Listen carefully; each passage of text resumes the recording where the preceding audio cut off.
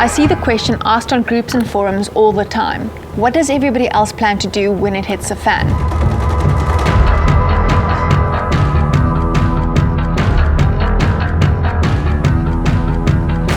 Stay home, bug in, captain the ship until it sinks, or do you grab your bug out bag and go and survive in the wilderness modern Tarzan style?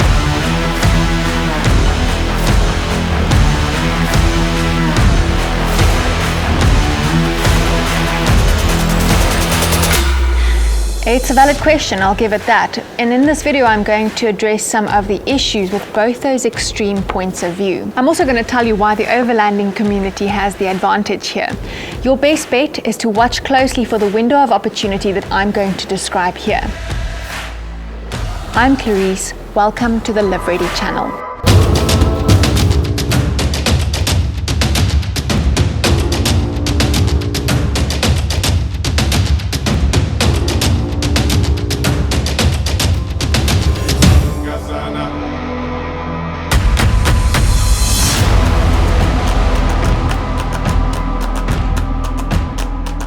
If we have the guns and ammo fortress at the front door guys on the one side, and we've got the crossbow and survival fire guys on the other side, as represented by my gear on the table, the reality and the best option is actually somewhere in the middle of that continuum. And I'll tell you why shortly. But before we do that, let's build a little scenario.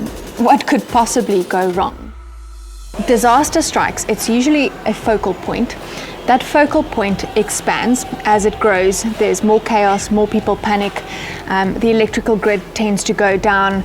The telephone lines and communications tend to go down shortly thereafter. And as less and less resources are available, people panic more. And widespread disaster is usually followed by widespread violence and panic. The guys in the city are usually affected first. They have a smaller window of opportunity in order to get out or get ready.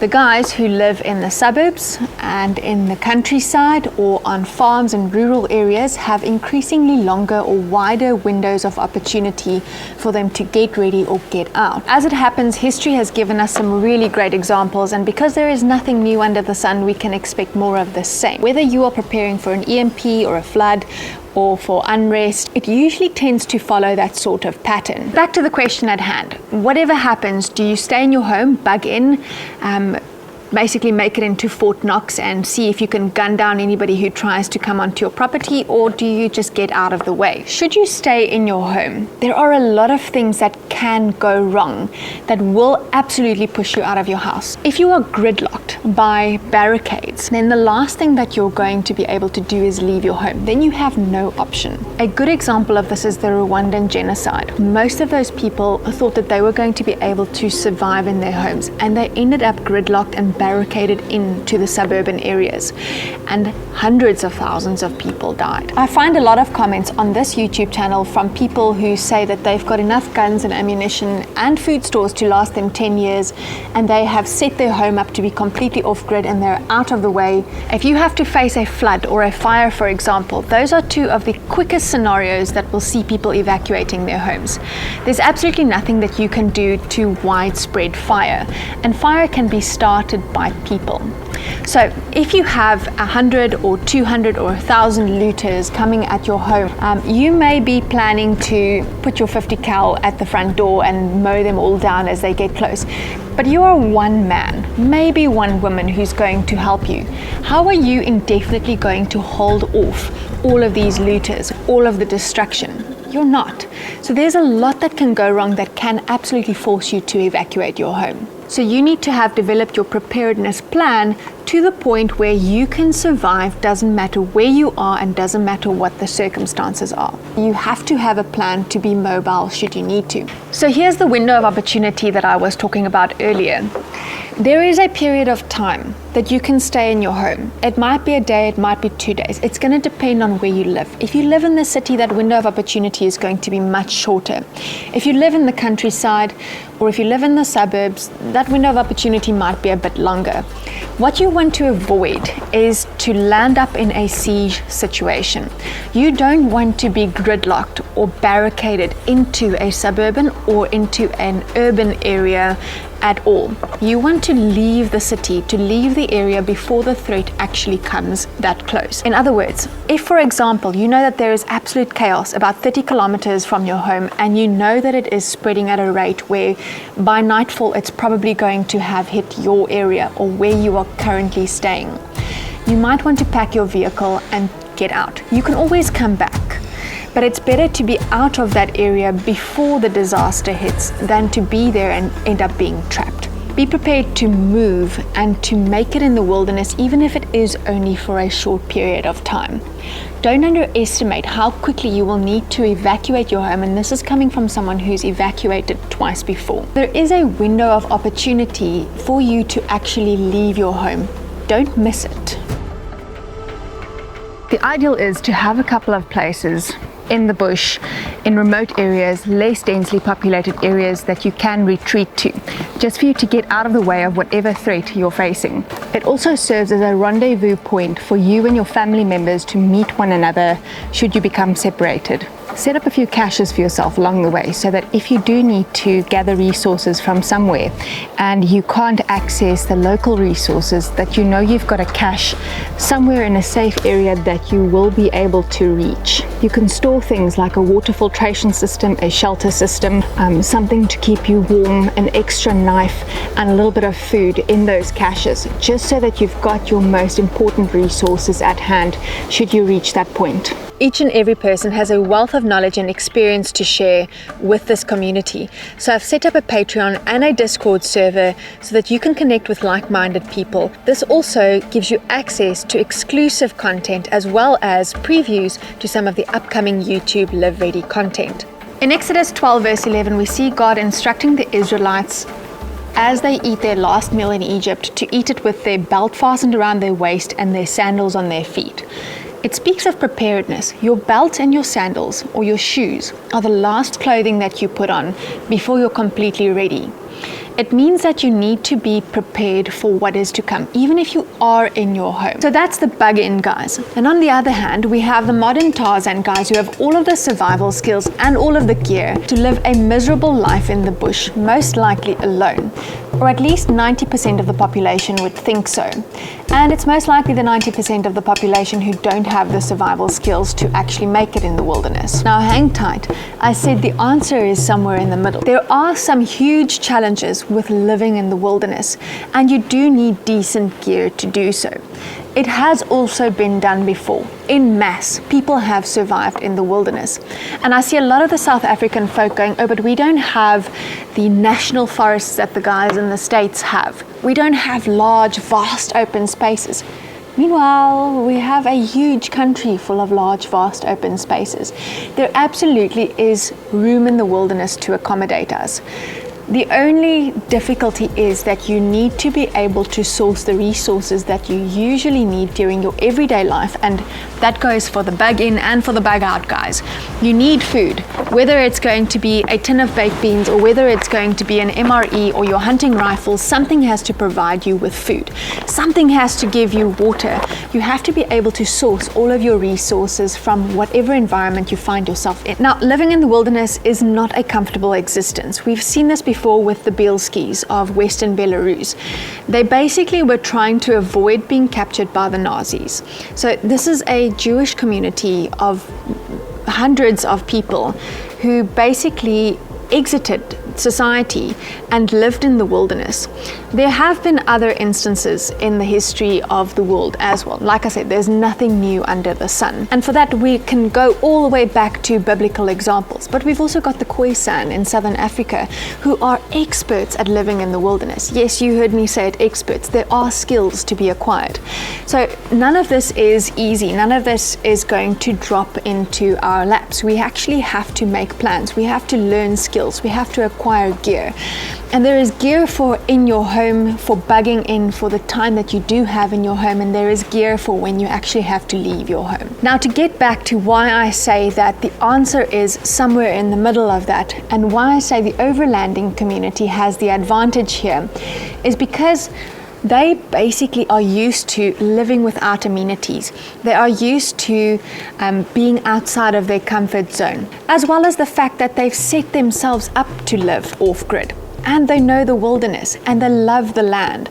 So all of those are factors to be considered for when you are not able to remain in your home any longer. The overlanding community is also halfway to being off-grid and building their Mad Max vehicles. Now, if you take a person who enjoys overlanding, you give them some survival skills and possibly a military background, you've got a dangerous person. They are the person who is going to see you and you're not going to find them. And you'd rather want to be that person than to be watched by that person. Now, the more skills you have, the less gear you need. On the table in front of me, I have some gear because it doesn't matter whether you plan to bug in or out, you're going to need gear. I'll put the links for the gear that I've got here in the description below. And if you are planning on camping in your home, which is pretty much what you're going to end up doing if you intend to bug in, then you do need to ensure that you still have the resources available that you need inside your home. Don't forget to prepare on behalf of your animals and your kids and the elderly and sick people as well. Make sure that you've got medical kits, whether you are traveling in a vehicle or whether you're remaining in your home or whether you are grabbing your bug out bag and going. Now, Juniper really likes to sit on my solar panel. This is a 100-watt rolling power solar panel. It's actually one that we use in our vehicle when we go camping. Now, I got this 100-watt solar panel from Rolling Power. You can check out the link in the description below.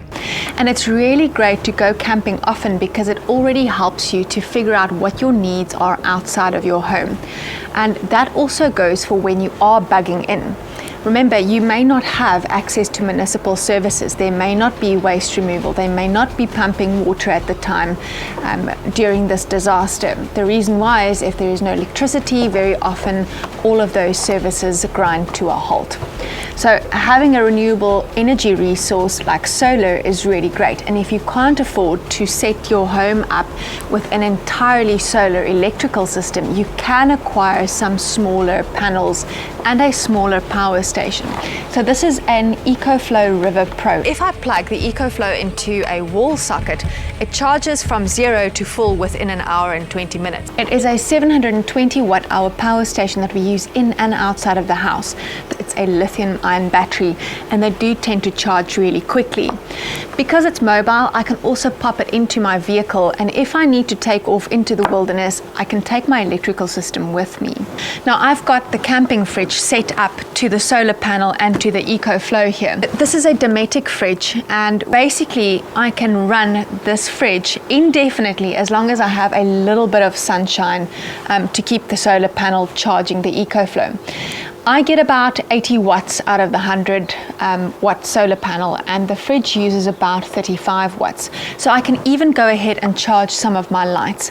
But you can also set up an inverter and a larger battery system inside your home or in your vehicle. In South Africa, we've seen a couple of warnings in the past couple of years where there's been either like a bilharzia warning or some of the other viral warning or a bacterial warning where water in certain areas, particularly the urban areas and the cities, Gauteng and the northern parts, or the densely populated areas, have had water contamination and people have gotten sick from drinking the tap water.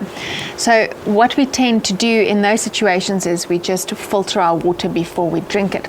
So it's great to have the ability to boil your water. It's still the golden standard, and you may need to do this even in your home. It can also be that the area where you live has been flooded. Maybe you're dealing with a natural disaster and the water has become brackish. So for long-term drinking, it's not ideal because you do end up with organ issues from drinking brackish water. The salinity of that water is just actually not good for our bodies. In that instance, you may need to come up with some interesting ideas on how to desalinate your water. But even so, it is great to just have even a small drinking water refining system. So these are some AQUASALVEO drops. They're quite well known, but they're not necessarily going to remove everything from the water. You can pick up some of these AQUASALVEO drops even in larger quantities from Key Distribution. I'll post the link in the description below. And if you want a breakdown on how water filtration systems work, I have made a video that breaks down certain well-known water filtration systems on the market today.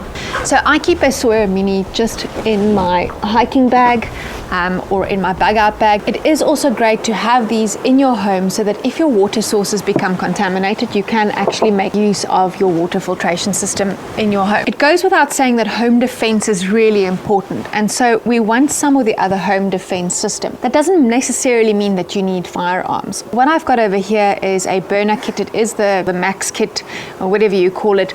So burner is an air gun system, or basically an air rifle system. They've got multiple products on the market. Burner advertises their products as less lethal products.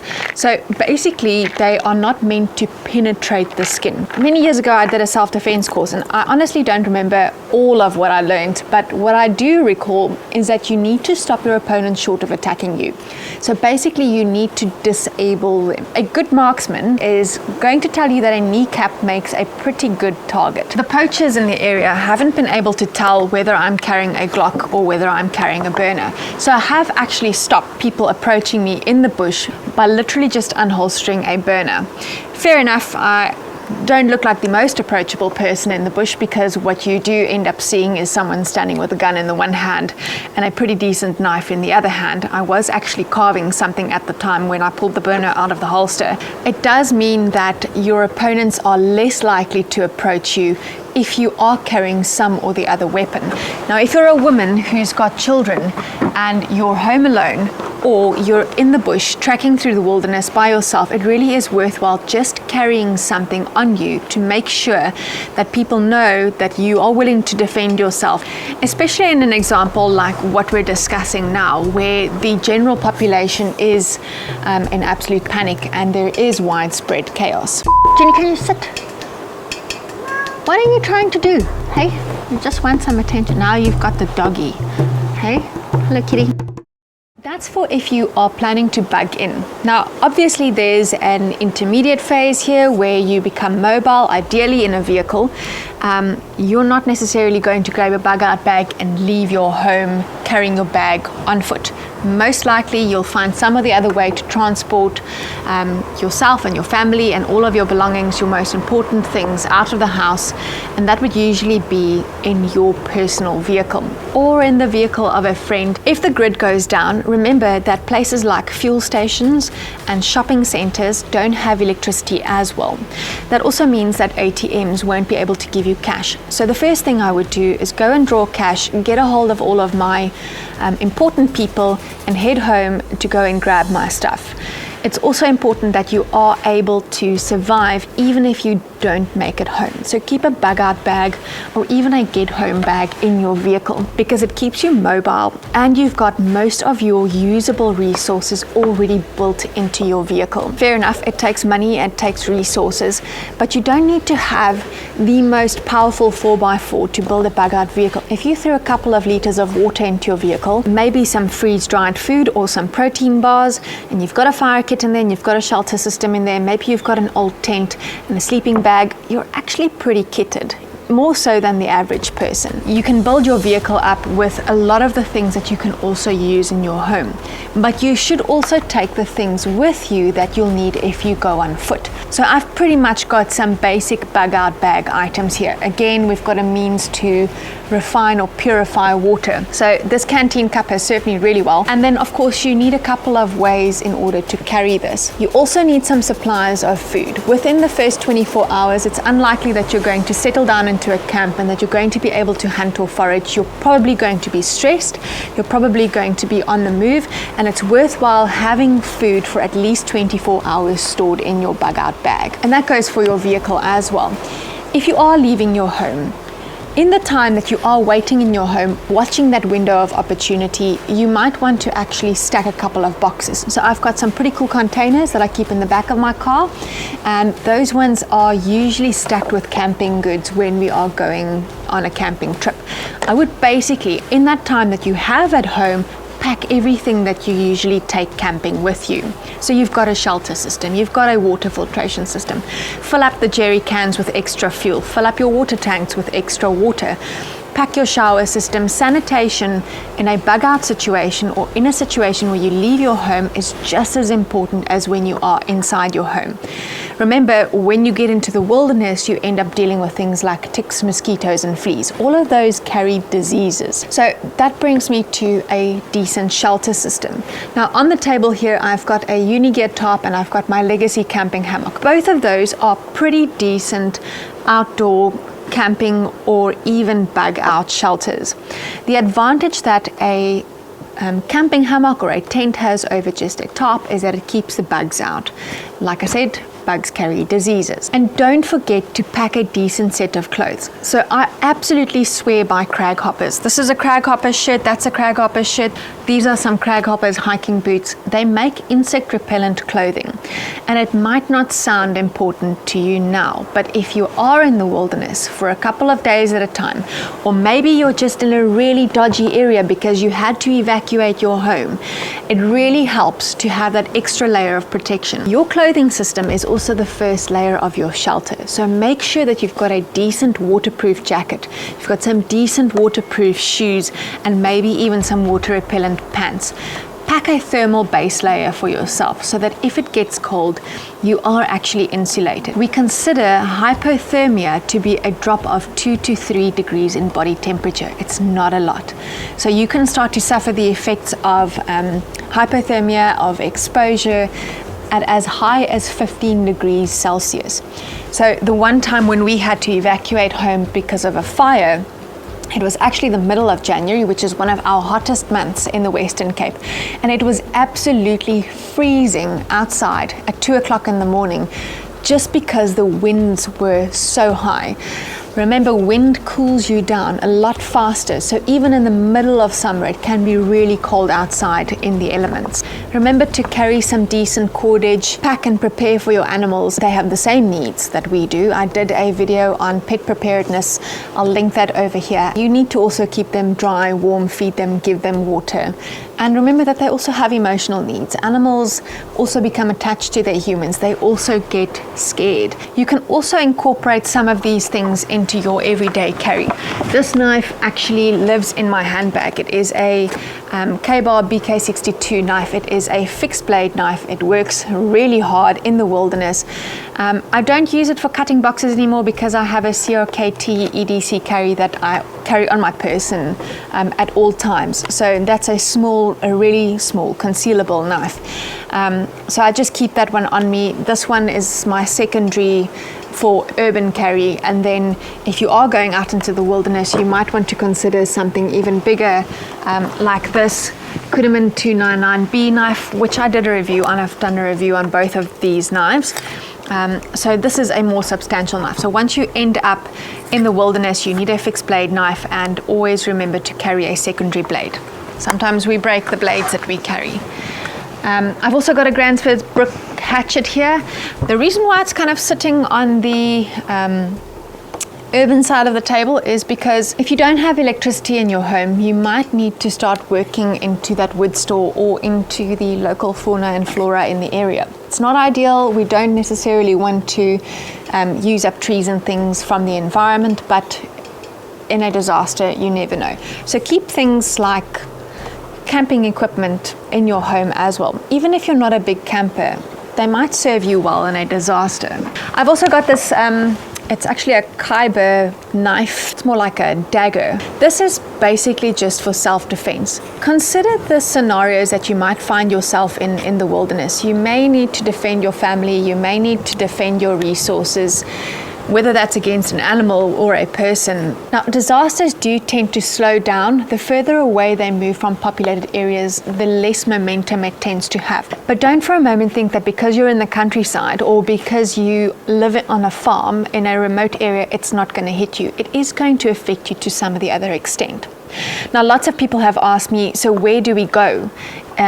Where do we evacuate to? Here's a couple of tips. First of all, go camping often. This already teaches you the lay of the land. It helps you to find areas that are less populated, where you will find resources and that you are sort of comfortable in, so that you can actually evacuate to those places. It's also good to have a community of people that you can move with. So even if you are not necessarily moving into the wilderness, maybe you're moving into an alternate bug-in location, you can actually move with people. It is better to be with other people who have skills and resources, especially those that you don't have. Even the farmers in the more remote areas have pests who tend to attack their livestock or their crops. If you find yourself in a situation where you don't have food, but you're a very good hunter.